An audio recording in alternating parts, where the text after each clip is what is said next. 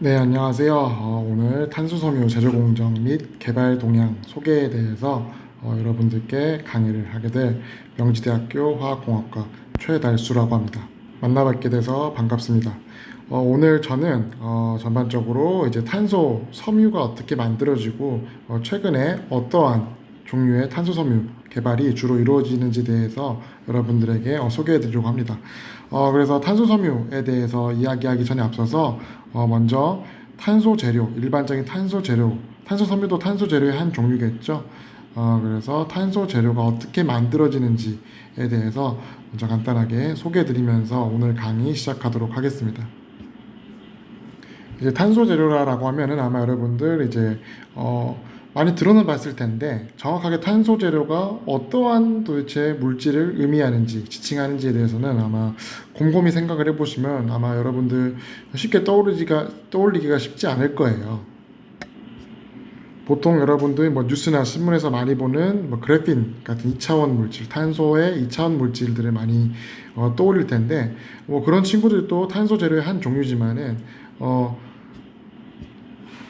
그런 그래핀이나 CNT 같은 이제 뭐 차세대 소재로서의 그런 나노 탄소 물질 이외에는 여러분들이 아마 탄소 재료다라고 하면은 쉽게 머리에 떠올리자만한 그러한 재료들이 많이는 없을 겁니다. 하지만 아마 이 슬라이드 지금에 있는 그림들을 보면서 이미 빠르게 눈치챈 친구들도 있을 거예요. 탄소 재료다라고 하면은 멀리서 찾을 필요 없이 우리 생활 주변에도 많이 살펴볼 수가 있어요. 첫 번째로 지금 이 슬라이드의 왼쪽 상단에 위치한 연필심 있죠, 연필심. 연필심도 뭐예요? 흑연이라고 하는 물질이죠. 얘도 탄소 재료예요. 그리고 가운데에 있는 우리 숯 많이 볼 수 있죠. 얘도 탄소 재료입니다. 숯. 그리고 오른쪽에 있는 고기가 불에 탔네요. 고기가 불에 타서 이렇게 끓음이 생긴 이것도 탄소 재료입니다. 뭐 우리가 이런 친구들을 뭐 실제 뭐 연필심은 뭐 연필심으로서 흑연은 연필심으로 쓰고 뭐 숯 같은 경우는 뭐 냉장고 같은 데 넣어서 탈취제로도 쓰고 뭐 그렇긴 한데 뭐 고기 끓인 거는 뭐 어디서 써먹진 않죠. 하지만 이렇게 여러분들 주변에도 이렇게 뭔가 타서 만들어진 그런 물질들이 탄소 물질이다라고 보시면 돼요. 자, 뭐 연필심 같은 경우는 흑연은 아주 오래전에 뭐 공룡이라든지 아니면은 뭐 고대 식물들의 사체가 뭐 퇴적되고 오랫동안 고온 고압을 받아서 만들어진다라고 뭐 알려져 있죠. 뭐 요즘에 뭐 그렇지 않다라는 얘기도 있는데 뭐 일반적으로 그렇게 생각이 되어지고 있죠. 그리고 또 가운데 숯 같은 경우는 어떻게 만들어요? 우리 나무를 태워서 만들죠. 나무를 태워서. 그리고 맨 오른쪽에 있는 고기 구울 때 나오는 그릇. 뭐 어떻게 만드는 거예요? 고기가 그을려져서 만들어진 게 이러한 결과물이 된 거죠.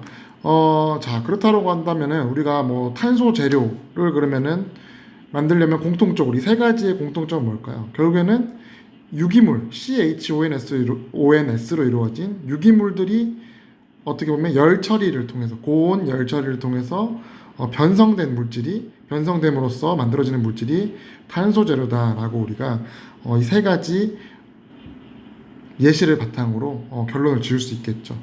자, 그렇다면은 탄소 재료를 우리가 뭐 여러 가지 뭐 분야에서 사용이 되고 연구되어지고 있는데 그렇다고 한다면은 우리가 뭐 실제 뭐 나무 태우고 뭐 고기 태우고 이렇게 해야 될까요? 뭐 그렇진 않겠죠. 아까 우리가 이 세 가지 예시 연필심, 숯 그리고 탄 고기를 바탕으로 도출할 수 있었던 결론이 뭐예요? 우리가 유기물을 태워서 우리가 유기물을 고온 열 처리해서 탄소 재료를 만들 수 있다가 우리의 결론이었죠. 자, 그렇다고 한다면은 이러한 자연물인 뭐 나무나 고기 이런 것들을 태우는 게 아니라 우리 주변에서 찾을 수 있는 자연물이 아닌 일정한 물성, 일정한 크기를 뭐 화학 구조를 가지게 합성된 유기물이 있죠. 그게 뭐예요? 플라스틱이죠. 플라스틱. 고분자. 다른 말로 하면 고분자. 자, 그래서 보통 이제 우리 다양한 분야에서 쓰이는 뭐 탄소 재료를 만든다라고 했을 때는 뭐 천연물로 만드는 경우도 있습니다. 뭐 나무라든지 그런 것들은 사용되는 경우가 있는데 대부분 어떤 재료를 많이 하느냐라고 보면 되냐면은 고분자 같은 합성 유기물을 기반으로 우리가 얘네들을 열 처리해서 탄소 재료를 만든다라고 보시면 될 것 같습니다. 그래서 우리가 이러한 사슬 형태의 고분자를 열 처리하게 되면 어떤 일이 벌어지냐면은 뭐 다음 슬라이드에서 좀 더 디테일하게 배울 테지만은 얘를 잘 열 처리를 하게 되면은 얘가 육각고리를 형성하게 되고, 이렇게 이 육각고리들이 합체가 되면 성장을 하게 됩니다. 그리고 이 성장한 육각고리들이 뭘 이루겠어요? 육각고리 이런 판상 형태의 시트를 만들게 됩니다. 그리고 이러한 시트들이 3차원으로 이렇게 스태킹이 되게 되면서 우리가 이렇게 볼 수 있는 탄소 재료를 형성하게 됩니다. 그러니까 탄소 재료의 일반적인 화학 구조는 어떻게 생겼다라고 보시면 되겠어요. 육각고리, 벤젠고리로 여러 개수의 벤젠고리로 이루어진 폴리아로마틱 시트가 3차원으로 쌓여있는 형태가 뭐다?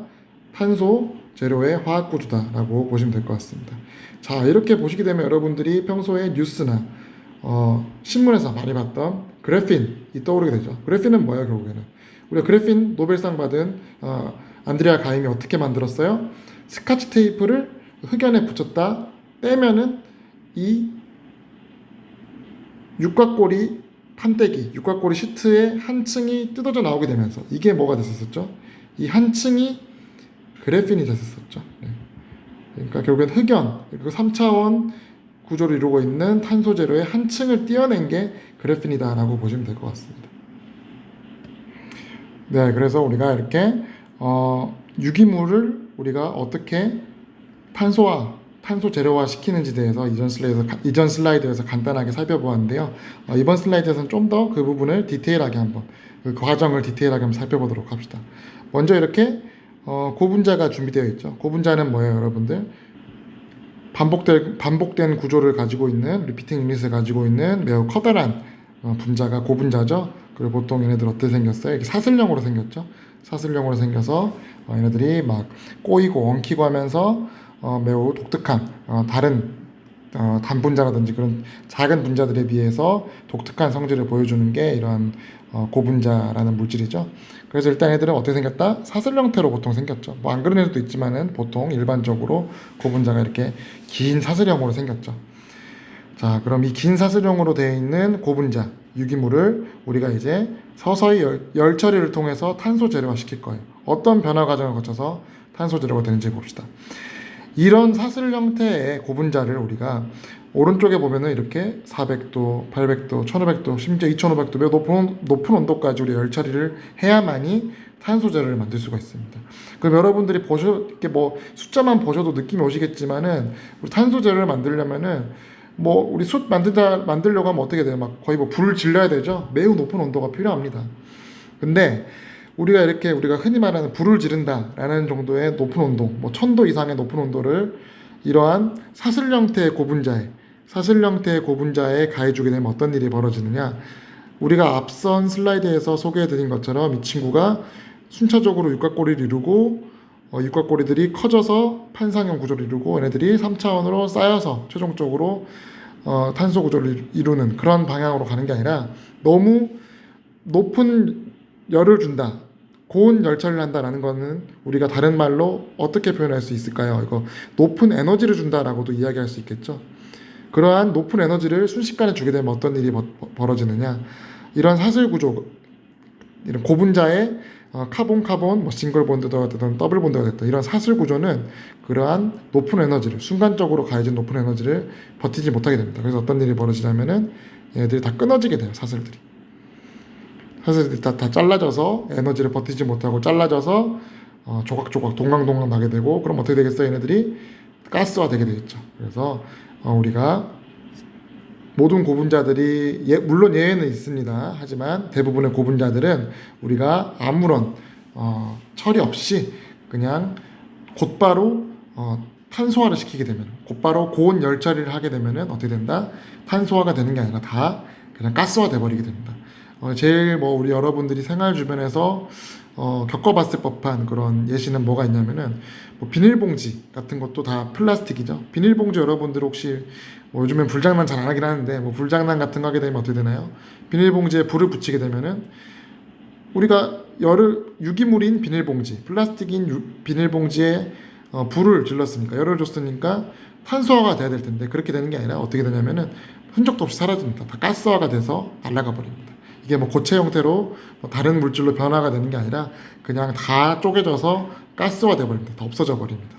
그래서 그런 예시를 통해서도 우리가 이런 사슬형 카본 분자결합으로 이루어져 있는 사슬형 물질인 그러한 고분자에 순간적인 높은 에너지를 가했을 때는 탄소화가 되는 게 아니라 다 그냥 기체화된다라는 부분 일단 알고 계시면 될 것 같습니다. 그래서 근데 우리의 목적은 뭐예요? 이러한 사슬형 물질을 그냥 이렇게 열 줬을 때 가스화돼서 다 쪼개지게 만들어지는 게 아니라 어떠한 형태를 만들고 싶은 거예요? 고리화를 거치고 얘가 성장해서 육각고리 판 형태를 이루고, 그리고 얘네들이 층층이 쌓여서 이런 3차원 형태의 탄소 구조로 발달할 수 있도록 유도를 하는 게 우리의 목적이죠. 그렇게 하기 위해서 어떤 작업이 필요하느냐? 우리가 탄소화, 그러니까 고온 열 처리를 가해도 이 사슬이 쉽게 끊어지지 않게, 이러한 분자 구조가 쉽게 끊어지지 않게 화학 구조를 좀 더 열을 잘 버틸 수 있는 그러한 화학 구조로 변경해주는 그런 작업이 필요합니다. 그게 우리가 스테빌라이제이션이라고 합니다. 스테빌라이제이션. 여기서 보면은 스테빌라이제이션하고 가로치고 사이클라이제이션이라고 되겠죠. 사이클라이제이션. 이게 어떤 작업이냐 하면은 우리가 지금 이 카본 뭐 싱글 본드가 됐든 더블 본드가 됐든 이런 카본 본드들은 어떻게 돼 있어요? 탄소와 탄소가 한쪽에서만 이렇게 잡아주고 있죠. 더블 본드도 마찬가지고.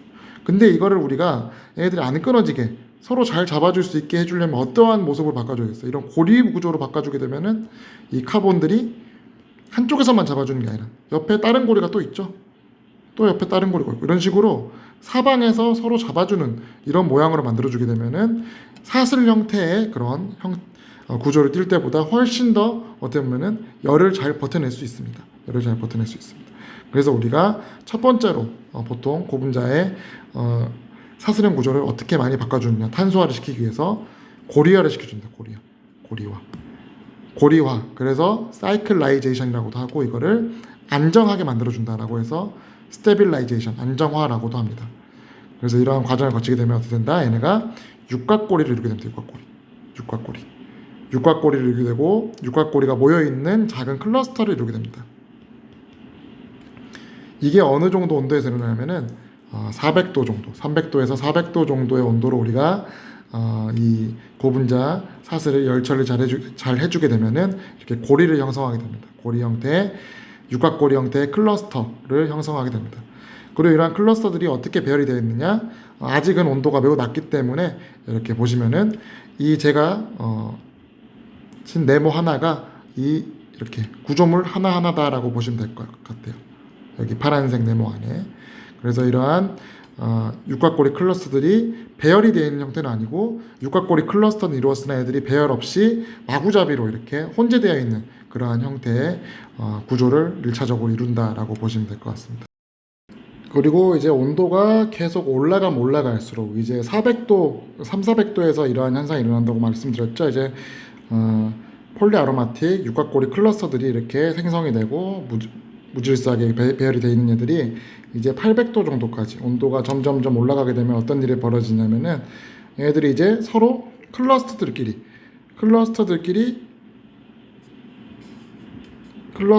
이렇게 합체가 되게 됩니다.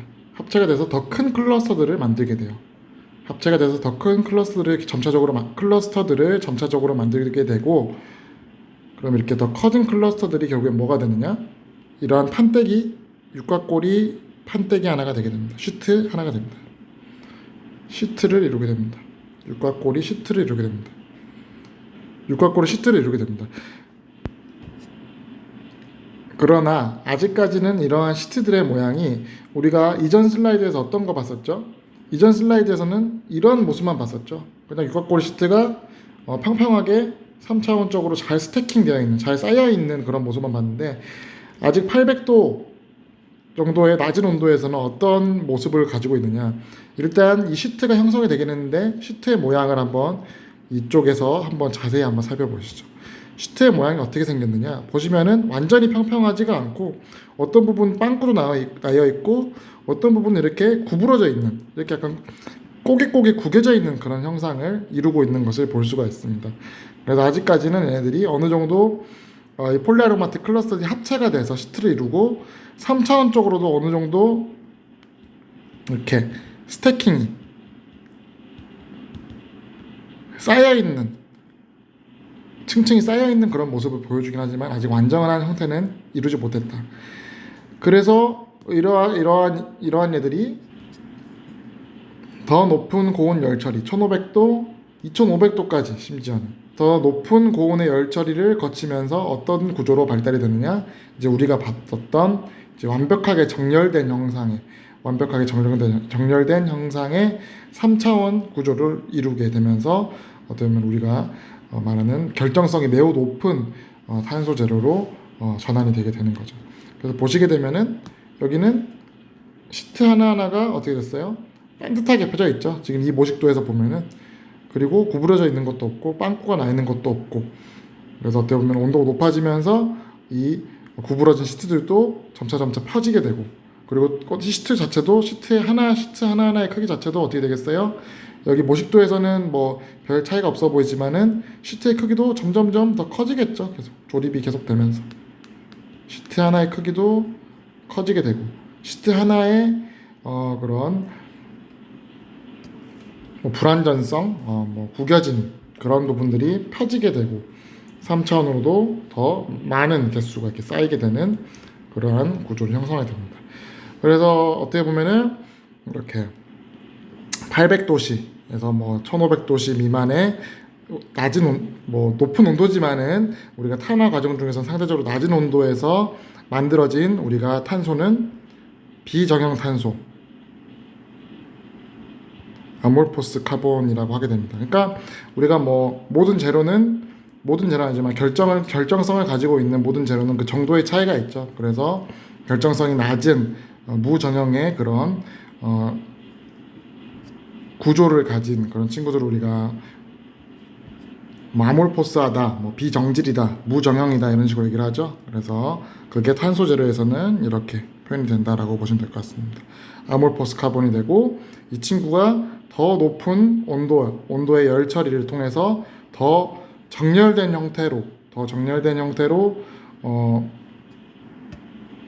결정성이 높아진 형태로 발전되게 되면은 그거 어떻게 된다? 이제 얘가 크리스탈라인한 결정성이 높은 결정성의 탄소다라고 이렇게 이야기할 수 있겠죠. 그리고 이러한 크리스탈라인한 카본, 결정성 카본을 우리가 뭐라고도 하냐면은 그래파이트라고도 합니다.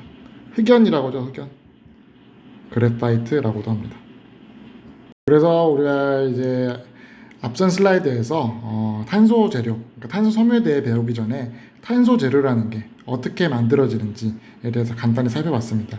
그래서 이걸 간략하게 요약하자면은 결국에는 유기물, 그 중에서도 대표적인 합성 유기물인 플라스틱 고분자를 바탕으로 해서 우리가 고분자를 열 처리를 잘 해서 고리화시키고 이 친구를 또 지속적으로 더 높은 온도로 열 처리해 주게 되면 어떻게 된다? 우리가 볼 수 있는 탄소 재료가 만들어지게 된다라고 이렇게 결론 지을 수 있겠습니다. 그럼 이제 이번 슬라이드에서부터는 본격적으로 탄소 섬유가 뭔지 어떤 종류가 있는지에 대해서 이제 배워보려고 하는데요. 그럼 탄소 섬유는 어떻게 만들어질까요? 아까 일반적인 탄소 재료는 우리가 그냥 고분자를 태워서 만들면 됐죠. 그럼 탄소 섬유는 그런 탄소 재료가 섬유 형태로 이루어져 있는 그런 물질이니까 어떻게 하면 되겠어요? 고분자를 섬유 형태로 뽑아낸 다음에 그 고분자 섬유를 태우면은 잘 열 처리해주면은 탄소 섬유가 되겠죠. 그래서 탄소 섬유는 우리가 탄소 재료 형성 과정을 알고 있으면은 어떻게 보면은 손쉽게 얘가 어떻게 만들어질지를 생각할 수 있는 그런 재료라고 보시면 될 것 같습니다. 탄소 섬유는 이제 아래와 같이 크게 세 가지 종류, 세 가지 다른 원료를 바탕으로 이렇게 만들어지게 됩니다. 첫 번째는 이제 폴리아크릴로나이트라일, 이제 펜이라고 하는 그런 고분자계 물질을 사용해서 만들어진 펜계 탄소 섬유가 있고요. 두 번째로는 이제 이건 고분자라고 하긴 좀 어렵지만 하여튼 석유를 우리가 정지하고 남은 그런 찌꺼기인 피치라는 합성 유기물로 만들어진 피치계 탄소 섬유가 있고요. 마지막으로 이제 레이온이라고 불리는 고분자로 만들어진 레이온계 탄소 섬유가 있습니다. 그래서 크게 이 세 가지 종류가 있는데요. 근데 이제 거의 요즘에는 이 아래 그 레이온계 탄소섬유는 거의 쓰이지가 않습니다. 그래서 보통 탄소섬유다라고 하면 대표적으로 펜과 피치로 만들어졌다라고 보시면 될 것 같습니다. 그래서 이번 강의에서는 저희가 각 펜계 탄소섬유, 피치계 탄소섬유 각각에 대해서 간단하게 얘네들이 어떻게 만들어지는지, 어떤 특성을 가지고 있는지에 대해서 살펴보려고 합니다. 그럼 먼저 살펴볼 내용은 이제 펜계 탄소섬유에 대한 내용입니다. 펜, 이제 폴리아크릴로나이트라고 했죠. 펜, 폴리아크릴로나이트라이라는 고분자입니다. 이 고분자는 아래와 같이 생겼어요. 이렇게 아래와 같이. 그래서 이 CN 트리플 본드가 연속적으로 계속 반복이 되는 CN 트리플 본드 카본 싱글 백본에 CN 트리플 본드가 작용기로서 계속 연속적으로 달려있는 그런 형태의 화학 구조를 가지고 있는 게 폴리아크릴로나이트라일 펜이라는 물질입니다. 우리가 앞서 배웠듯이 우리 탄소제를 만들기 위해서는 어떠한 과정이 꼭 필요하다고 했었죠? 이 사슬을, 일반적인 고분자의 사슬을 고리화시켜주는 과정이 매우 필수적이다 라고 말씀드렸습니다. 근데 이 펜이라는 물질은 매우 독특한 특성을 가지고 있어요. 우리가 열 처리만 해주게 되더라도 이 CN 트리플 본드가 매우 쉽게 깨지게 됩니다. 열 처리만 하게 되더라도. 그래서 이 CN 트리플 본드가 깨지면서 각자 옆에 있는 이 CN 본드를 촉촉촉촉 옆으로 치게 되면서 고리를 매우 쉽게, N을 포함한 이러한 고리를 매우 쉽게 형성하는 그런 특징을 가지고 있습니다. 그래서 밑에 보시면은 우리가 thermal oxidation, 그러니까 산소가 있는 분위기에서, 공기 중 분위기죠. 산소가 있는 분위기니까 공기 분위기에서 온도만 올려주게 되면은 어떻게 된다? 스테빌라이제이션이 일어나게 된다. 근데 여기서 뭐 주목할 점은 이제 단순히 이렇게 고리화만 일어나는 게 아니라 우리가 옥시데이션이죠. 그러니까 산소가 있는 분위기니까 공기에서 온도를 올려주게 되면은 이 옥시즌 펑셔널 그룹, 산소와 연관된 이런 옥시즌 펑셔널 그룹들도 붙게 되겠죠. 그래서 이런 CO 더블 본드 키톤이나 OH들도 붙게 되는데 제일 주목할 만한 부분은 뭐다? 이렇게 육각고리화가 이루어지게 된다. 그러면 우리가 앞서 배운 것처럼 얘를 이제 탄소 재료화 시키면 어떻게 되겠어요? 이제 계속 온도를 높여주게 되면은 이러한 육각고리화된 얘들이 합체가 되겠죠. 합체가 되면서 더 큰 클러스터를 만들게 되고 이 더 큰 클러스터들을 또 열 처리를 해주게 되면은 더 높은 온도로 열 처리를 해주게 되면은 이 큰 육각고리 클러스터들이 또 합체가 되면서 뭘 이룬다? 시트를 이루게 되죠. 시트를 이루면서 얘네들이 층층이 쌓이게 되면서 이렇게 뭐를 만들게 된다? 3차원 스태킹이 되게 되면서 뭘 만들게 된다? 카본 구조를 만들게 되겠죠. 카본 스트럭처를 만들게 되겠죠. 그래서 이 폴리아크릴로나이트라는 물질의 탄소화 과정은 다음과 같습니다. 매우 간단하죠. 그리고 특이점이라고 하는 부분은 이제 다른 물질과 다르게 우리가 산소가 존재하는 분위기, 그러니까 공기 분위기에서 온도만 올려줘도 얘는 육각고리화가 스스로 진행이 된다라는 점이 매우 특이한 점이죠. 그래서 이러한 특이한 특징 때문에 이 펜이라는 물질이 탄소 재료, 특히 이 탄소 섬유의 재료로서 매우 많이 사용이 되게 됩니다. 자, 그 이유를 간단하게 설명을 하게 되면은 이 펜이라는 물질은 얼마나 특이하냐면은 우리가 보통 많은 물질들은 녹는 점이라는 게 있죠. 녹는 점. 근데 이 펜이라는 물질은 녹는 점보다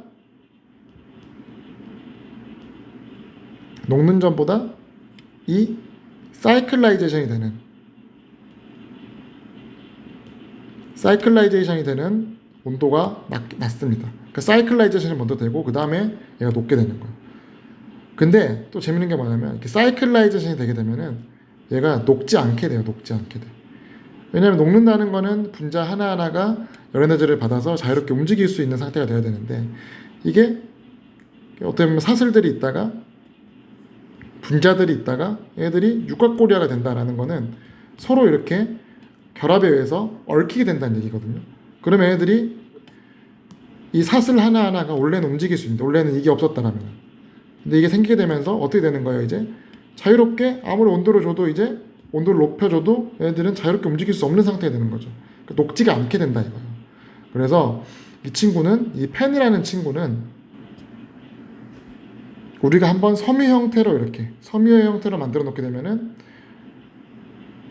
온도를 높여서 이 고리화를 시켜주는 과정에서도 전혀 형태 변화가 없이, 녹지 않으니까요, 형태 변화가 없이 이러한 이런 고리화를 맞출 수 있게 됩니다. 형태 변화 없이. 그래서 섬유를 만드는 데 있어서, 왜냐하면 섬유를 만드는 데 있어서는 섬유라는 이 형상을 유지하는 게 매우 중요하겠죠. 그래서 이 섬유라는 형상을 유지하면서 탄소화 시켜야 되는 이 탄소 섬유 제조 공정에는 어떻게 보면은 더할 나위 없는 매우 훌륭한 그런 물질로서 사용을 할 수 있게 되는 거죠. 그래서 현재 우리가 사용하고 있는 거의 그 대부분의 탄소 섬유는 펜 기반으로 된 탄소 섬유다라고 보시면 될 것 같습니다. 네, 그래서 우리가 펜 섬유를 바탕으로 펜 기반 탄소 섬유가 어떻게 만들어지는지 그 화학 구조 변화 과정에 대해서 간단하게 살펴봤는데요. 또 재미난 부분이 있어서 한번 이번 슬라이드에서 살펴볼 부분이, 이제 우리가 앞선 슬라이드에서는 이제 간단하게 폴리아크릴로나이트라일이 어떻게 탄소 구조가 되는지를 봤다면은, 이제 이 슬라이드에서 볼 거는 이제 실제로 탄소 섬유를 만들기 위해서는 어떠한 형태의 폴리아크릴로나이트라일이 필요한지에 대해서 간단하게 살펴보려고 해요. 아마 지금 무슨 말을 하는 거야 라고 좀 헷갈릴 수 있을 것 같은데, 이제 이 슬라이드에 이제 좀 내용을 설명드리면은 이제 순차적으로 이해가 되실 거라고 생각합니다.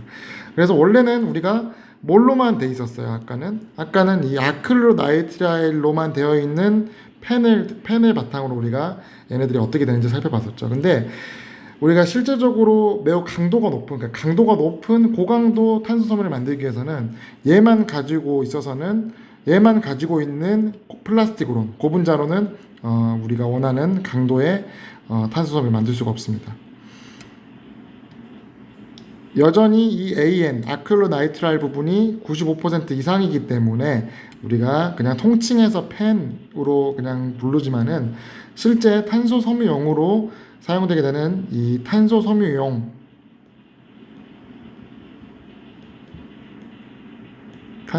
펜 같은 경우는 AN으로만 이루어져 있는 게 아니라 메틸 메타클레이트, 그리고 이타코닉 애시드라고 불리는 모노머들을, 단량체들을 소량 포함을 하고 있게 됩니다. 그래서 이 친구들의 역할이 뭐냐면, 먼저 이타코닉 애시드 같은 경우는 여기 보면 라디칼 프로바이더라 되어 있죠. 라디칼 프로바이더. 그러니까 말 그대로 라디칼을 주는 이에요. 얘는 열을 주게 되면은 매우 쉽게 잘 깨져서 라디칼을 전달함으로써 고리아가 훨씬 더 잘, 빠르고, 낮은 온도에서 빠르고 잘 일어나게끔 도와주는 게 이타코닉 애시드의 역할이라고 보시면 됩니다. 그러니까 뭐 아까 말씀드린 것처럼 얘도 충분히 좋은 일반적인 고분자에 비해서는 훨씬 터멀 옥시데이션에 의해서 간단하게 깨져서 고리아가 시작되는 그런 친구지만은, 그럼에도 불구하고 우리가 매우 높은 강도의 탄소섬유를 만들기 위해서는 이것조차도 이거보다 더 빠르게 진행될 수 있게 우리가 라디칼을 만들어주는 그런 친구가 필요하게 되는데, 그 역할을 하는 친구가 이 IA, 이타코닉 애시드가 됩니다. 그리고 MMA, 메틸 메타클레이트 같은 경우는 이제 이 중간중간에 들어가게 됨으로써 이 친구를 통해서 우리가 기계적 물성 같은 것들을 조금 더 강하게 조절할 수 있게 되는 거죠. 근데 이것도 최적화가 필요해서, 뭐 이걸 마냥 MMA를 많이 넣는다고 강도가 높아지는 게 아니라, 적정량을 넣어줬을 때 이제 어떻게 보면은 보조 역할로서 탄소섬유 강도를, 최종적으로 만들어지는 탄소섬유 강도를 좀 더 높여줄 수 있는 그런 역할을 하게 됩니다. 그래서 결론은 뭐냐? 원래 일반적인 이 펜 같은 경우, 펜이라는 이 친구, 일상생활에서도 많이 볼 수 있어요. 우리가 흔히 얘기하는 아크릴 섬유로 통칭되는 대부분의 친구들이 펜이라고 보시면 돼요. 펜. 아크릴 섬유는 어디에 많이 써요? 좀 고급 옷감에 많이 써요. 옷에 많이 씁니다. 옷에.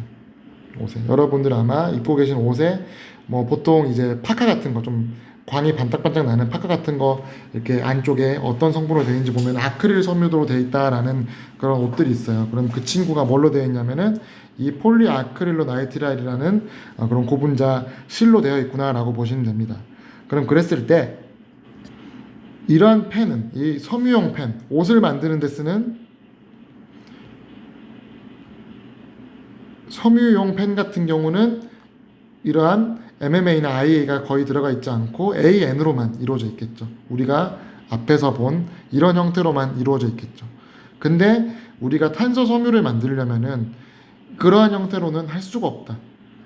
어떻게 된다? 이런 MMA라든지 IA가 섞여 있는 형태의 어떻게 보면 좀 특수한 형태의 탄소 섬유 전용 펜을 새로 만들어야 된다라는 부분이 생기게 되는 거죠. 그래서 이제 다음에 나올 슬라이드에서 탄소섬유의 가격에 대한 이야기도 좀 할 겁니다. 근데 탄소섬유의 가장 큰 문제, 지금 현재 가장 큰 문제점 중에 하나가 뭐냐면 성능은 매우 좋은데 우리가 다방면으로 사용하기에는 너무 가격이 비싸다라는 게 탄소섬유의 매우 큰 단점 중에 하나예요. 근데 이렇게 가격이 비싼 이유가 왜 그러냐면은 결국에는 우리가 탄소섬유를 만들기 위해서는 우리가 탄소섬유용으로 새롭게 이 펜이라는 물질을 합성해야 된다. 그렇기 때문에 비쌀 수밖에 없다라는 점을 여러분들이 알고 계시면 좋을 것 같습니다. 그래서 다시 한 번 더 설명을 드리면은, 자, 이게 우리가 펜이라는 물질 자체는 펜이 비쌉니까 쌉니까 하고 뭐 예를 들어서 섬유 쪽에 종사하시는 분들에게 물어보면은 펜은 뭐 일반적인 섬유에 비해 비싸지만 그렇게 막 엄청나게 비싸진 않다라고 이야기를 할 거예요. 왜냐면은 아크릴 섬유가 펜이니까.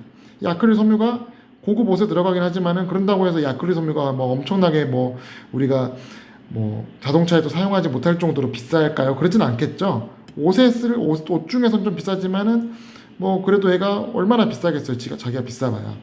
그런데 이러한 펜이 아니라 탄수섬유를 만들기 위해서는 우리가 이 친구는 또 그리고 생산도 많이 되겠죠. 생산량도 매우 많겠지만은 탄소섬유 펜 같은 경우는 생산량도 많지 않고 특수하게 만들어야 되기 때문에 결국에는 지금 현재 상황에선 탄소섬유가 많이 쓰이지 않고 있는 생산량이 적은 현재 상황에서는 단가가 매우 비싸질 수밖에 없다라는 그런 단점을 가지게 되는 거죠. 그래서 왜 이게 펜이라는 게 펜계 탄소섬유가 왜 비싸지게 되는지에 대한 이유도 여러분들이 뭐 좀 재밌게 이런 디테일한 부분들을 잘 알고 계시면은 나중에 혹시 도움이 되지 않을까 싶어서 설명드려봤습니다. 이전 슬라이드에서 잠깐 설명드린 것처럼 이제 펜은 어떠한 특징이 있다 그랬었죠. 우리가 녹는 전보다 사이클라이제이션 되는 온도가 낮다 그랬습니다. 그래서 얘는 녹지 않는다라고 얘기를 했어요. 그러면은 뭐 섬유에 대해서 많은 공부를 하신 분들은 이제 뭐 별 문제 없으시겠지만은 섬유 방사 과정에 대한 경험, 뭐 지식이라든지 경험이 별로 없으신 분들께서는 그렇다고 한다면은 아까 처음 우리가 탄소 섬유를 만들 때 어떻게 만든다 그랬었죠? 고분자 섬유를 만들고 얘를 우리가 열 처리해서 태우게 되면 어떻게 된다 그랬었죠? 이렇게 탄소 섬유가 만들어진다라고 했었죠. 그런데 펜으로 우리가 그러면은 탄소 섬유를 만들려면 1차적으로 뭘 만들어야 돼요? 펜으로 섬유란 걸 만들어야 되죠. 펜을 우리가 성형을 할 수 있어야 되는데 얘가 녹지 않는데 어떻게 성형을 섬유 형태로 뽑아낼 수 있을까? 어떻게 할 수 있을까라는 의문점이 생길 수가 있을 것 같습니다. 그래서 이 슬라이드를 간단하게 준비를 했습니다. 그래서 펜은 우리가 일반적인 온도를 높여서 녹여서는 우리가 뭐 성형을 할 수가 없습니다. 그래서 어떻게 해야 되냐면은 우리가 용액을 만들어서 성형을 해야 돼요. 용액을 만들어서 스피닝이라고 하는 것은 우리가 섬유를 뽑는 과정을 스피닝이라고 하거든요. 방사 과정을 스피닝이라고 하는데 솔루션 스피닝이라고 하는 용액을 만들어서 섬유를 만드는 용액 방사 과정을 거쳐서 우리가 펜 섬유를 만들어야 됩니다. 말 그대로 매우 간단합니다. 녹지 않기 때문에 용매에 녹이는 거예요. 온도를 높여서 녹일 수는 없으니까 이 펜을 보통 뭐 DMSO를 많이 쓰거든요. 뭐 용매에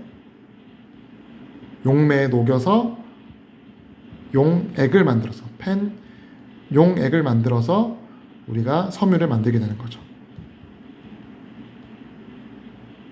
그래서 이 펜 용액을 우리가 보통 일반적으로 이런 고분자 용액을 도프라고 합니다. 펜 용액을 우리가 이렇게 노즐 사이로 이렇게 통과시켜 주게 되면 어떻게 돼요? 섬유가 용액 자체가 이렇게 뽑아져 나오겠죠. 근데 이 용액 상태로 우리가 실처럼 뽑아져 나오는 거를 어떻게 해야 돼요? 굳혀야만이, 얘를 굳게 고체 상태로 만들어줘야만이 우리가 결국에는 우리가 알고 있는 섬유 형태로 만들 수가 있겠죠. 그래서 노즐을 통해서 스피너렛이라고 불리우는 노즐을 통해서 이렇게 뿜어져 나온 가닥가닥 형태로 뿜어져 나온 친구를 우리가 이 코어큘레이션 베스, 응고조, 말 그대로 응고를 시킬 수 있는 그런 응고조에다가 뿜어주게 되면 어떻게 돼요? 얘가 뿜어져 나오자마자 응고가 되게 되겠죠. 고체가 되게 되겠죠. 예를 들어서 이런 응고조는 뭐 물로 되어 있다라고 하면은 이렇게 녹아있던 펜 용액이 노즐 사이를 통해서 뿜어져 나오게 되면, 물에 뿜어져 나오게 되면은 물에 닿자마자 이 용매가 날아가게 되면서 굳게 되겠죠. 노즐에서 뽑아져 나오는 그 형태 그대로 굳어지게 되겠죠. 응고가 되게 되겠죠. 그 친구를 우리가 이렇게 쫙 뽑아주게 되면 어떻게 된다? 이렇게 섬유가 되게 된다. 이런 식으로 용액 방사라고 하는 용액을 만들어서 응고조에다 노즐을 통해서 쏴주는 그런 형태의 섬유를 만드는 방식을 통해서 이 펜계 섬유가 만들어지게 됩니다. 그래서 이러한 습식 방사를 거치게 되면은 많이 보이는 현상이 이렇게 강낭콩 형상의 이런 단면을 가진 섬유가 많이 만들어지게 돼요. 강낭콩 형상으로 이렇게 섬유가 만들어지게 됩니다. 왜냐면은 이 DMSO 용매가 갑자기 빠져나가게 되면서 이 동그랗게 생겼던 얘가 어떻게 돼서 찌그러지게 되겠죠. 어떻게 보면 DMSO도 여기 안에 구성을 하고 있던 그런 요소인데 얘가 갑자기 빠져나가니까 약간 얘가 찌그러진 형태, 강낭콩 형태로 이렇게 뽑아져 나오게 되는데, 그런 부분들을 이제 여러 가지 변인들을 조절을 해서 뭐 응고조의 온도라든지 아니면은 응고조를 이루는 뭐 용액, 뭐 H2에다가 뭐 DMSO를 조금 더 섞어준다든지 소량 섞어준다든지 해서 이 DMSO가 빠져나가는, 응고조에서 빠져나가는 속도를 컨트롤해 줌으로써 우리가 이렇게 동그란 형태로 펜 섬유를 뽑아낼 수가 있게 됩니다. 최적화를 통해서 이렇게 동그랗게 뽑아져 나갈 수 있게 만들게 됩니다. 그럼 이제 실이 뽑아져 나왔으니까 이렇게 펜 섬유가 뽑아져 나왔으니까 이 친구를 이제 열 처리해서 탄소 섬유화 시키면 되겠죠. 그래서 그 과정이 여기 간단히 나와 있습니다. 첫 번째, 먼저 옥시데이션, 사이클라이제이션 해야겠죠. 사이클라이제이션, 스테빌라이제이션이라고도 했었죠. 이런 스테빌라이제이션은 200도에서 300도에서 이루어지게 됩니다. 어떤 분위기에서 이루어질까요? 아까 우리가 배운 것처럼 에어 분위기에서, 산소가 있는 에어 분위기에서 이루어지게 됩니다. 그러면은 화살표가 잘못됐네요. 양이 여기고, 옥시데이션 되게 되면 어떻게 돼요? 이렇게 되게 되겠죠. 옥시다이즈드 양은 이렇게 고리를 형성하고, 육각고리를 형성하고, 그리고 산소 작용기들이 붙어 있게 되겠죠. 그리고 온도를 더 높여서 뭐 1200도, 1500도 높은 온도의 퍼니스로 들어가게 되면 어떻게 되겠어요? 이제 얘는 그때서 이제 탄소화가 진행이 되겠죠. 탄소화가 진행이 되고, 그렇게 되면은 어떻게 되면은 고탄성 탄소 섬유가 만들어지게 됩니다.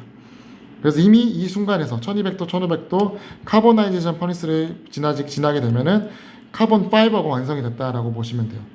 근데 여기서 이렇게 가로로 되어 있죠. 여기서 추가적으로 선택적으로 원한다면은 더 초고온 열처리를 할 수 있습니다. 2500도, 3000도에 달하는 더 높은 온도, 초고온에서도 우리가 열처리를 하게 되면 어떻게 되냐면은 얘가 아까 어떤 형상이 된다 그랬었죠? 아몰포스 카본에서 그래피타이즈드 카본, 매우 결정성이 높은 탄소 모양을 이룬다고 우리가 배웠었죠. 탄소 섬유 역시 더 높은 결정성을 가지고 있는 그런 그래피타이즈드 양으로 바뀌게 됩니다. 그럼 이 친구 같은 경우는 재밌게도 강도는 오히려 인장 강도는 우리가 당겼을 때 강도는 오히려 낮아지게 됩니다. 그러면서 이 모듈러스 탄성률이 높아지게 되는 그런 재밌는 기계적 물성 변화를 보여주게 됩니다. 근데 그 이유는 우리가 매우 간단하게 생각할 수 있어요. 결국에는 우리가 결정성이 높아지는 건데, 결정성이 매우 높아지는 거죠. 여기서 카보나이제이션에서 그래피타이제이션으로 가게 되면. 근데 결정성이 너무 높아지게 되면 어떤 일이 벌어지냐면은 얘가 너무 특정 방향으로 규칙적으로 이렇게 배열이 돼 있다 보니까 예를 들면은 한쪽 방향으로의 충격에 너무 약해지게 되는 거예요. 뭐 예를 들어서 이쪽 방향의 충격에는 강하다면은 얘들이 층층이 쌓여 있는 이 측면 방향으로의 뭐 충격이라든지 그런 데는 매우 약하게 되는 거예요. 그래서 오히려 이런 인장 강도 같은 강도가 떨어지게 돼 버리는 겁니다. 오히려 약간 불규칙적으로 덜 규칙적으로 이렇게 배열이 되어 있는 친구들이 질긴 이렇게 당겼을 때 질기게 버티는 데서는 오히려 유리한 그런 모습을 보여주게 되는 거죠. 그래서 만약에 내가 결정성이 매우 높아서 뭐 높은 그런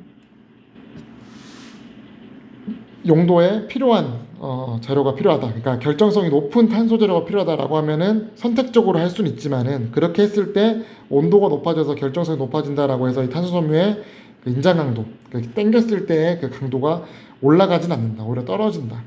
그 부분 일단 설명을 드리겠습니다. 이건 우리가 이따가 피치 섬유 할 때도 한 번 더 간단하게 이야기할 내용이어서 여기서 설명을 드렸습니다.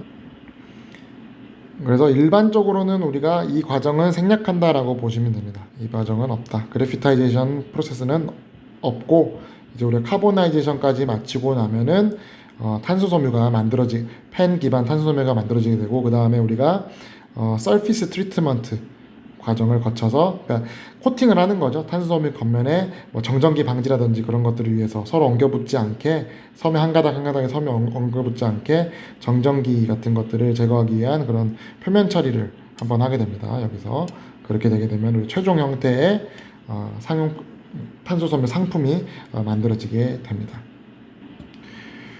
그래서 앞선 과정을 통해서 일련의 과정을 통해서 만들어진 펜계 탄수섬유 같은 경우는 이제 뭐 만들어지는 뭐 과정이라든지 뭐 원료 아까 뭐 IA나 MMA 뭐 배합비 같은 게 있겠죠. 그런 비율에 따라서 뭐 다양한 물성을 가진 탄수섬유로 제작이 되게 됩니다. 네, 이제 탄수섬유에 대해서 이제 또 한 가지 더 말씀드리게 되면은 아쉽게도 이 탄수섬유라는 그 재료는 거의 일본에서 뭐 거의 세계 시장을 선도해 나가고 있다라고 보시면 될 것 같습니다. 아쉽게도 그런 상황이에요.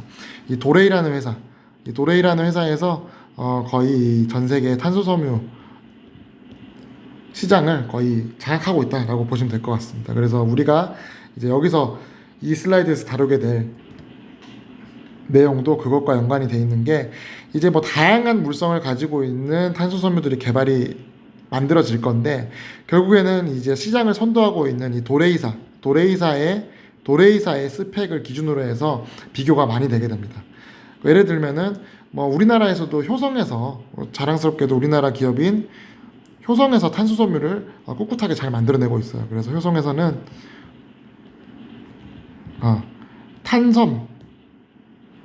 탄섬이라는 브랜드로 카본 파이버를 생산하고 있습니다. 그건 탄섬도 여러 가지 등급이 있겠죠. 뭐 여러 가지 등급이 뭐 A 등급, B 등급, C 등급 이런 식으로 뭐 제품명이 있겠죠. 제품명. 근데 이 제품명이 다 어떻게 우리가 이야기를 하게 되냐면은 뭐 A라는 제품이 있다라고 하면은 결국에는 우리가 효성도 마찬가지고 뭐 다른 나라도 마찬가지. 어느 나라에서 만들어진 탄소섬유든 다 결국에는 도레이사의 대표적인 탄소섬유 물성과 비교를 하게 됩니다. 그래서 그게 대표적으로 비교되는 게 뭐냐? 벤치마크가 되는 그 도레이사의 탄소섬유가 뭐냐? 이 T300, T800, T1000이라고 보시면 됩니다. 그래서 예를 들면 어떻게 표현하느냐? 우리 효성 탄섬에서 나온 뭐 A100 모델이 있다. 이 친구는 T300급이다라고 이야기를 해요. 예를 들면 도레이사의 T300과 유사한 성능을 가지고 있다. 더 고급인 뭐 B300이라는 얘는 도레이사의 T800이라는 탄소섬유와 유사한 물성을 가지고 있다. 이런 식으로 표현합니다. 그러니까 도레이사가 거의 스탠다드가 돼버린 거예요. 도레이사의 제품이. 뭐 예를 들면은 우리 스테이플러 같은 거 예를 들면은 호치케스라는 회사가 스테이플러를 개발해서 워낙 유명해지니까 그 스테이플러 자체를 우리 호치케스라고 부르는 것처럼 거의 그 수준의 지금 지경에 와버렸습니다. 하지만 효성에서 매우 열심히 개발하고 있고 또 뭐 독일에서도 열심히 개발하고 있고 뭐 미국에서도 개발하고 있지만 미국은 거의 시장 점유율이 매우 낮다고 보시면 돼요. 거의 일본이 지배하고 있고 그 다음에 독일이 좀 만들고 있고 우리나라에서도 조금씩 만들고 있다라고 보시면 될 것 같습니다. 그래서 뭐 탄소 섬유를 연구하고 있는 뭐 연구자의 입장으로서 뭐 바라는 바는 뭐 우리나라도 효성 분발을 해서 열심히 해서 저도 열심히 연구를 해서 훗날에는 좀 도레이 탄소 섬유를 따라잡을 수 있는 좀 우리 고성능 탄소 섬유를 만들 수 있는 날이 하루빨리 왔으면 하는 바람이 있습니다.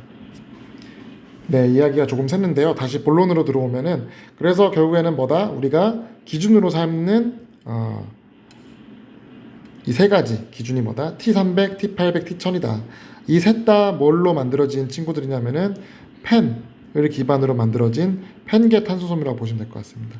그래서 T300 같은 경우는 우리가 텐사일 스트렝스 인장 강도가 3기가 정도 3기가 파스칼에 달하는 그러한 탄소섬유 레벨을 우리가 T300급이다 라고 얘기를 하고 보통 모듈러스는 230기가 파스칼 딱 곱하기 100 정도 된다라고 보시면 될 것 같아요.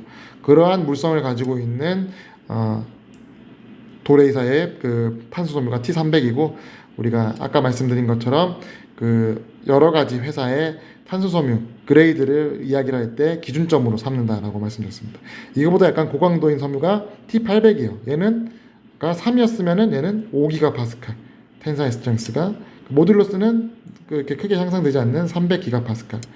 그 마지막으로 T1000 이 T1000 같은 경우는 어떻게 보면 제일 최고급의 제일 고성능의 탄소섬유라고 보시면 될 것 같습니다. 그 T1000급을 만들 수 있는 나라는 이제 뭐 거의 없다라고 보시면 돼요. 우리나라도 아직 T1000급을 만들 수 있는 기준은 없습니다. 그래서 T1000급의 이런 탄소섬유는 어떻게 된다? 7기가 파스칼 엄청 높은 인장 강도를 가지고 있고 그러나 모듈러스는 여전히 한 300기가 파스칼 정도로 머물러 있다라고 보시면 될 것 같습니다. 그래서 저희가 이제 다음 슬라이드에서 이제 피치계 탄소섬유에 대해서 배우면서 얘기할 건데요. 그래서 우리가 결정성이 높아지면 아까 보시게 되면은 흑연화 과정을 보통 안 한다고 했는데 흑연화 과정을 통해서 결정성이 매우 높아지면 어떤 일이 벌어진다? 모듈러스가 매우 높아지게 됩니다. 모듈러스가 매우 높아진다. 그래서 텐사일 스트렝스는 낮아지지만은 모듈러스는 높아진다.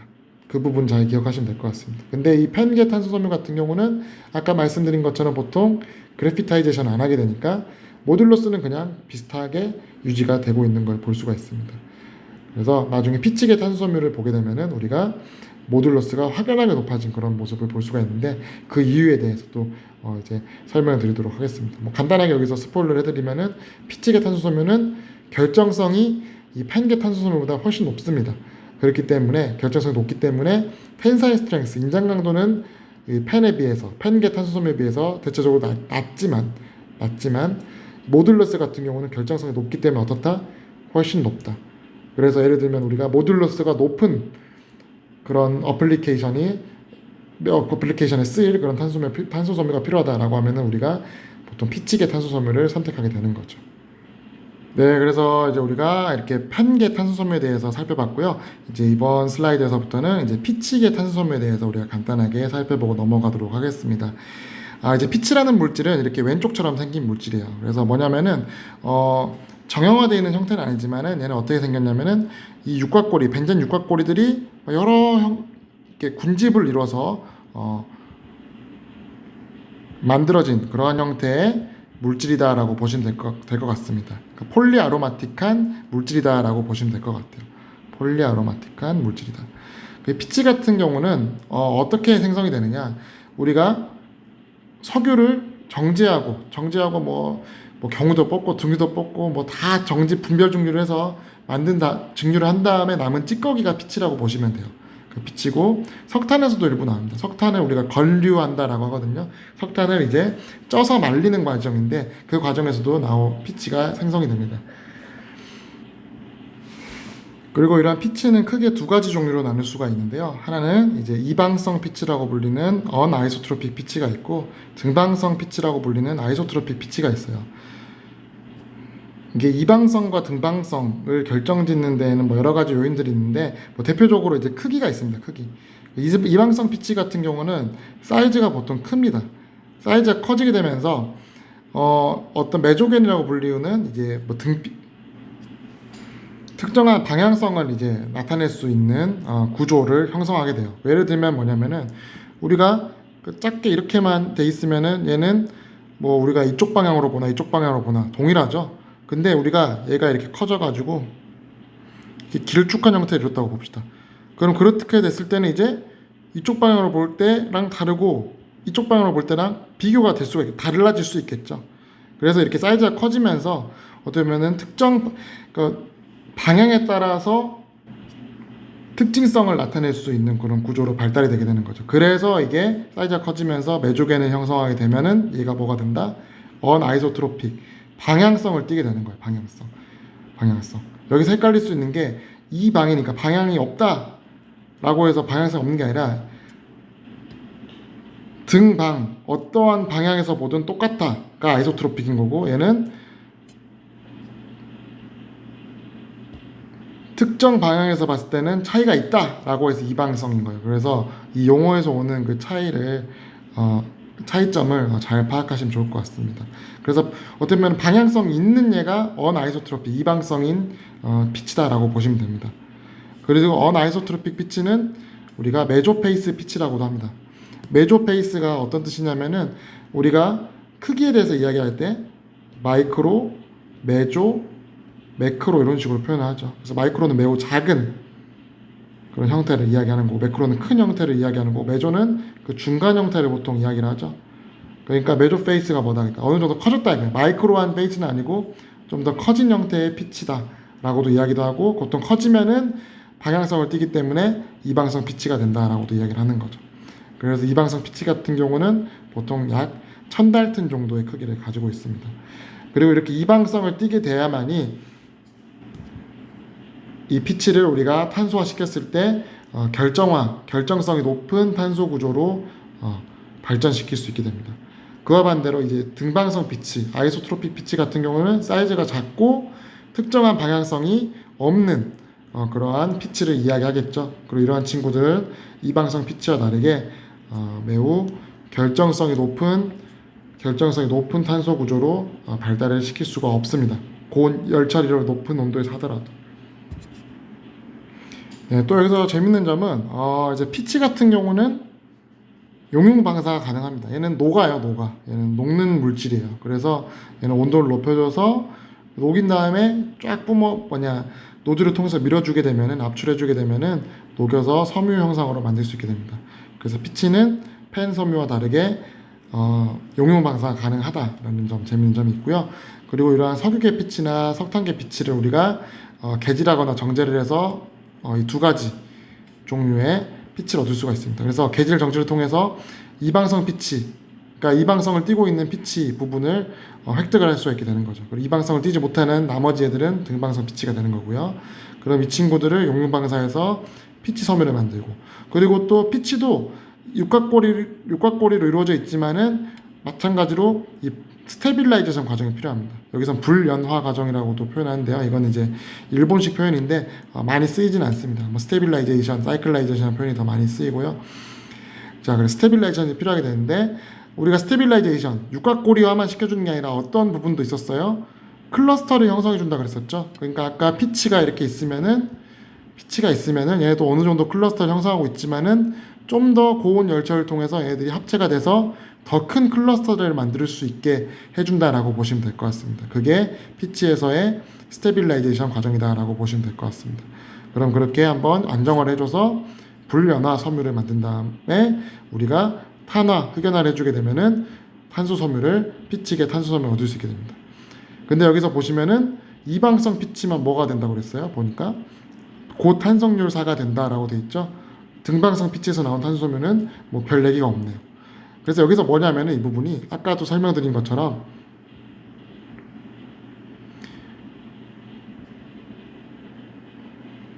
피치 섬유와 이렇게 팬 섬유가 있다라고 하면은, 피치라는 물질은 우리가 이방성과 등방성이 있는데, 이방성은 어떻게 된다고 그랬었죠? 온도를 높여주면은 크리스탈라이즈 된다 그랬었죠. 등방성은 크리스탈라이즈 되지 않는다 그랬어요. 그러니까 즉 얘는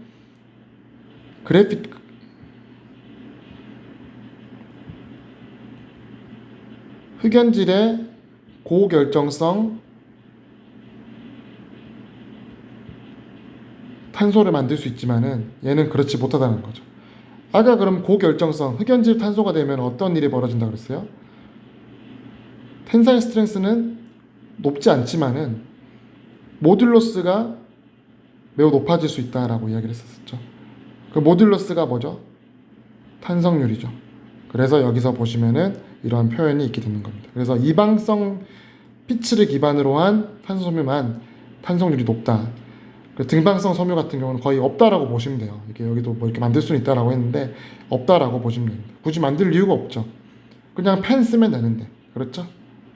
펜보다 훨씬 뭐 당연히 성능도 엄청 안 나오고요. 그 피치를 쓰는 이유는 뭐다? 결국에는 우리가 펜계에서 얻을 수 없는 탄성률이 높은 얘를 우리가 이방성 피치를 가지고는 얻을 수 있기 때문에 이 피치계 섬유를 펜 대비해서 사용을 하게 되는 거죠. 그래서 보시게 되면은 피치계 탄소섬유 펜계와 비교해서 나와 있죠.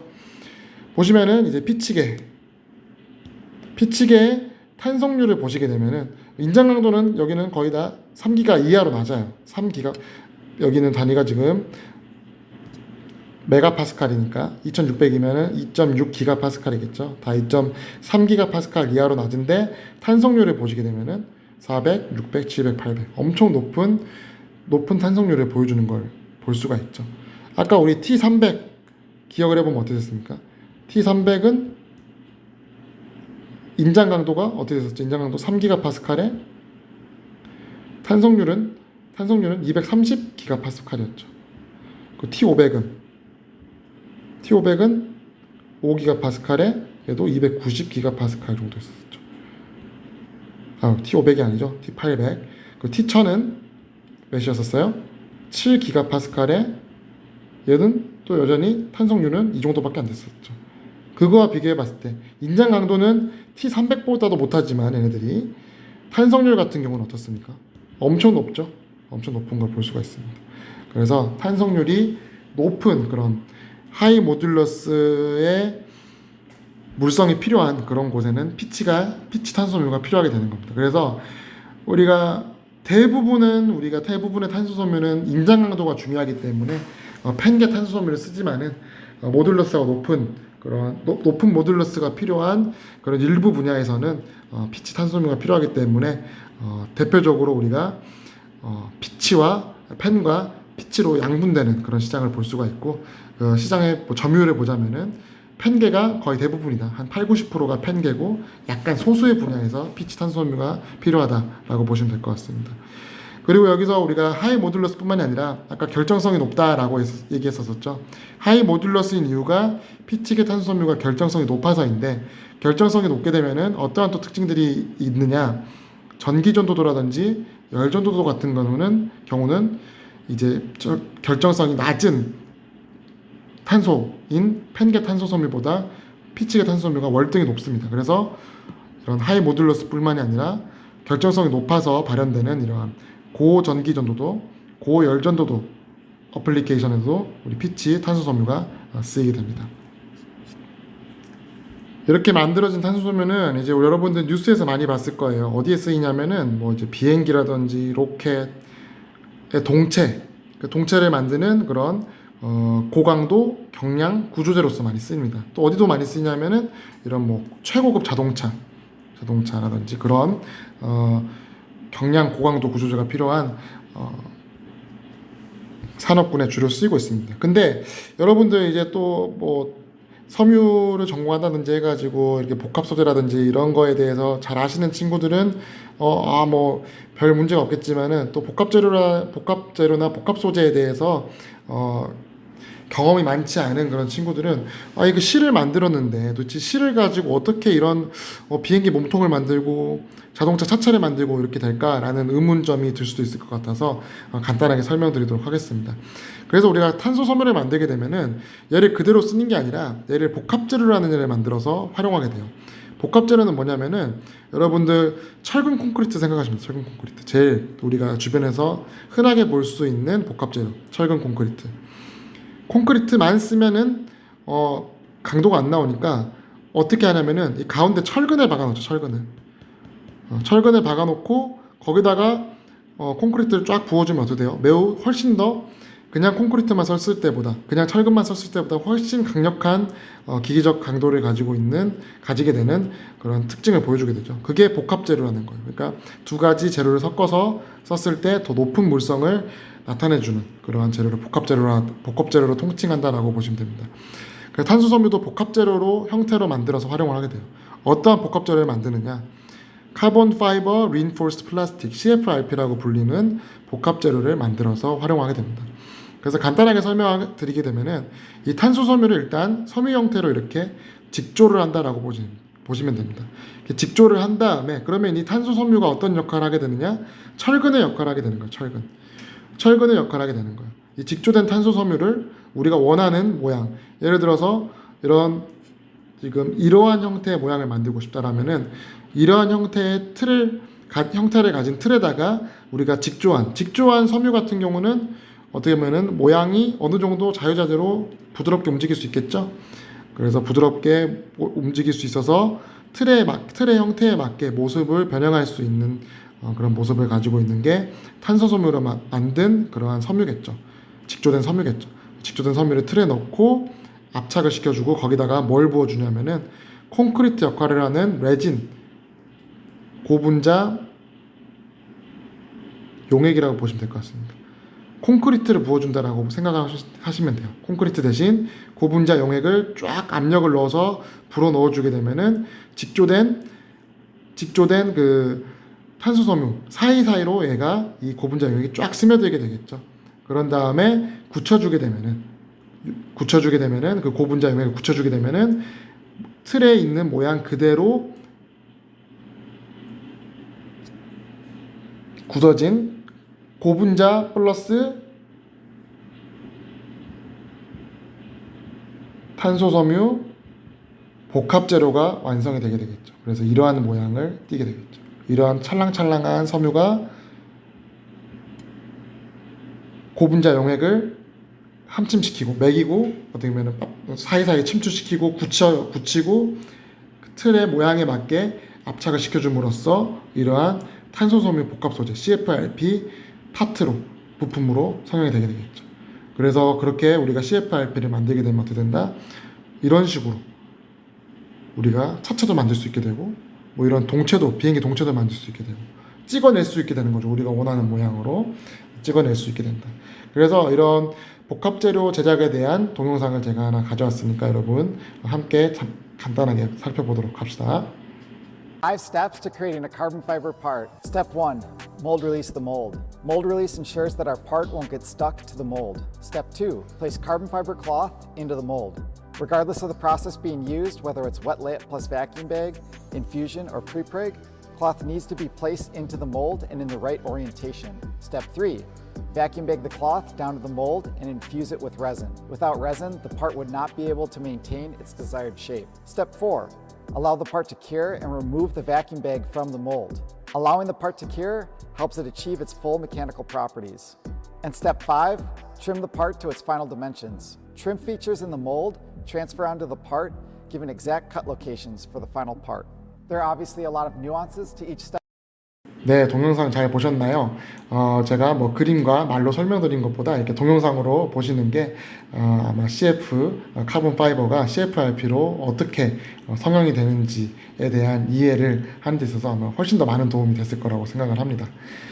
네, 그래서 이제 우리가 앞서 배운 이제 카본 파이버 뭐 결국엔 CFRP 형태로 만들어져서 이제 적용이 된다라고 이야기를 했지만 결국엔 이 탄소 섬유 어떠한 특징들을 가지고 있어요. 고강도 경량, 내열, 내화학 같은 그런 우수한 물성들을 가지고 있기 때문에 뭐 우주, 항공, 뭐 국방, 그리고 뭐 고가의 자동차, 아니면은 풍력 발전, 아니면은 이거 수소 저장 탱크거든요. 뭐 수소 에너지 등 매우 여러 가지 분야에서 매우 맹활약을 하고 있습니다.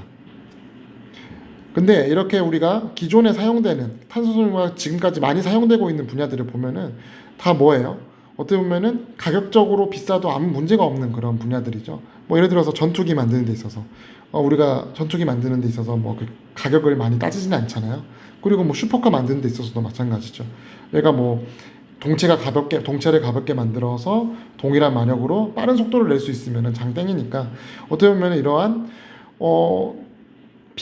우리가 비싸도 충분히 적용했을 때 이점만 있으면은 필요가 없는, 상관이 없는 그러한 특수 목적 분야에서만 탄소 섬유가 사용되는 걸 알 수가 있어요. 그 이유는 뭐냐면은 가격 때문입니다. 가격. 탄소 섬유는 매우 비쌉니다. 매우 비싸. 이렇게 비싸기 때문에 우리가 사실 매우 좋은 물질이기 때문에, 매우 좋은 물성을 가지고 있기 때문에 뭐 꼭 굳이 이런 전투기나 비행기만 만들 게 아니라 우리가 타고 다니는, 일상생활에 타고 다니는 자동차라든지 아니면 뭐 자전거라든지 뭐 여러 가지 뭐 컨슈머 프로덕트, 상용 제품들을 탄소 섬유로 만들면은 훨씬 더 좋을 거예요. 근데 이 적용이 안 되는 이유는 결국에 뭐냐면은 탄소 섬유는 현재 너무 비쌉니다. 우리가 일상용품들을 우리가 탄소 섬유로 만들기에는 아직 그 가격이 너무 비싼데 문제가 있습니다. 그래서 탄소 섬유가 왜 이렇게 비싼지 그 이유를 한번 살펴보면은, 자, 탄소 섬유, 특히 이제 아까 말씀드렸다시피 펜 기반 탄소 섬유가 거의 시장의 80-90% 차지한다고 했었죠. 이 펜 기반 탄소 섬유의 가격을 보게 되면은 파운드당 10불 정도로 형성이 되어 있는 걸 볼 수가 있습니다. 근데 이게 USDOE, 이게 미국 에너지청이에요. 미국 에너지청에서 분석을 한 바에 따르면은 우리가 탄소 섬유를 우리 상용차, 일반적인 뭐 현대 기아 이런 상용차에 적용시키기 위해서는 가격이 어느 정도가 돼야 되느냐, 파운드당 5불 이하로 떨어져야 된다라고 미국 에너지청에서 분석을 했어요.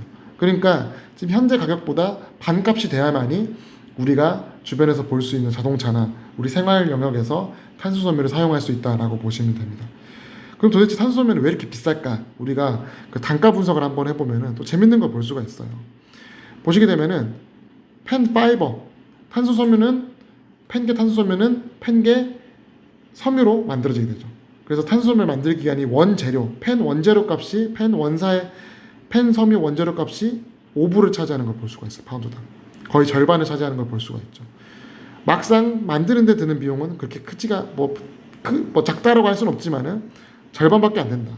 스테빌라이제이션 1.5불, 카보나이제이션 2불, 그리고 아까 뭐 서피스 트리트먼트, 뭐 표면 처리 같은 다른 공정들이 0.98불 정도 해서 보시게 되면은 이 프리커서 가격, 원재료 가격이 지금 현재 생산 단가의 거의 50%를 차지하고 있다라고 보시면 됩니다. 그 말인즉슨 우리가 좀 저렴한 탄소 섬유를 만들어서 결국엔 상용 제품에 적용하기 위해서는 어떠한 노력이 필요하냐, 가장 많은 비중을 차지하고 있는 원재료 값을 줄여보자라는 그런 접근을 할 수 있게 되겠죠. 그래서 원재료 값을 줄이기 위해서 펜이 아닌 펜 그 중에서도 뭐다? 탄소 섬유용 펜이